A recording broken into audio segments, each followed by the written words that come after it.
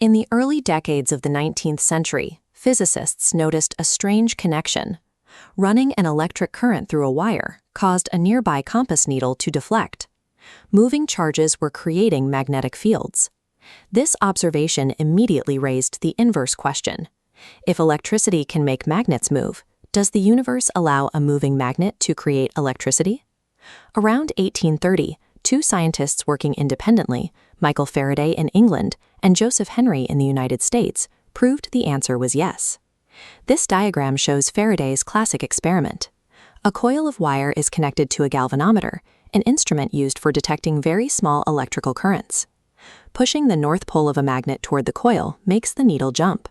Holding the magnet perfectly still produces zero current. Pulling it away makes the needle jump in the opposite direction.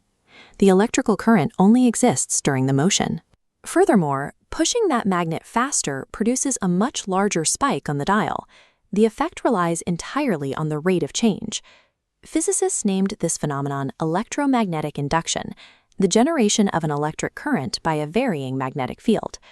By proving that relative motion could induce current, Faraday and Henry established the exact mechanism needed to generate electricity on demand, rather than relying on chemical batteries. But creating that current comes with a physical cost.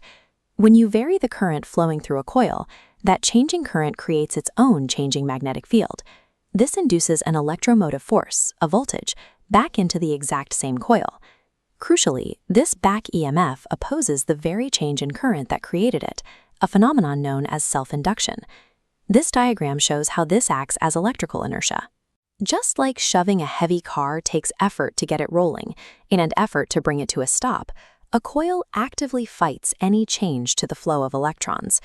Physicists treat self-inductance as the exact electromagnetic analog of mass in classical mechanics. Because of this electrical inertia, establishing a steady current requires a power source to do real work to overcome the opposition. The total work required matches mechanics perfectly. In a physical system, the kinetic energy of a moving mass is 1/2 times mass times velocity squared. In a circuit, the energy required to build up the current is 1/2 Li squared, where L is the self-inductance and I is the current. Once the current is flowing stably, that work remains in the system as potential energy. But a circuit is just a loop of metal. We have to discover where exactly that energy is hiding.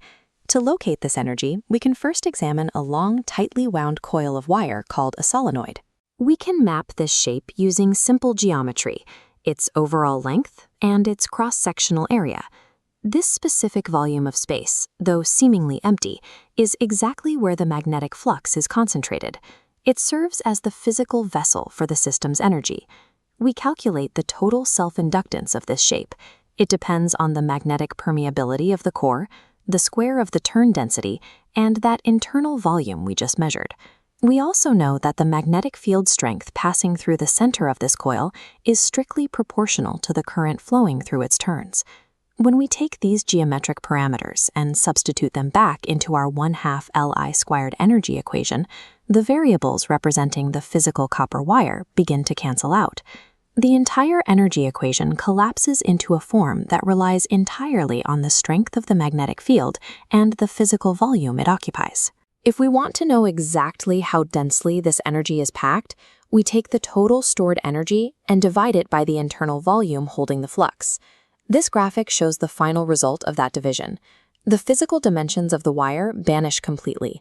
The magnetic energy density is simply the square of the magnetic field strength, divided by 2 times the permeability of the space. We used a specific coil to derive this, but this equation is universal. It applies to any region of space in the universe where a magnetic field exists, regardless of the source. The work done by the battery is physically suspended in the invisible fields filling the empty void. This diagram shows a striking structural symmetry.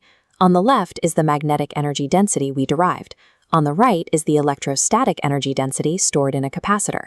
In both cases, the stored energy is strictly proportional to the square of the field strength. This mathematical symmetry establishes electric and magnetic fields as real, physical reservoirs of the universe's energy. What began as a parlor trick with a twitching compass needle revealed that empty space is actually a dynamic, high-density energy storage system. Imagine a world where Faraday and Henry never conducted their experiments. There would be no electric lights, no alternating current generators, no transformers, and no modern computers. Every city on Earth operates precisely because we learned how to store and manipulate energy within these invisible fields. When Faraday first demonstrated that a moving magnet could induce a small current, a skeptic supposedly asked him, "What is the use of it?" Faraday replied, "What is the use of a newborn baby?" Today, that discovery powers our entire civilization.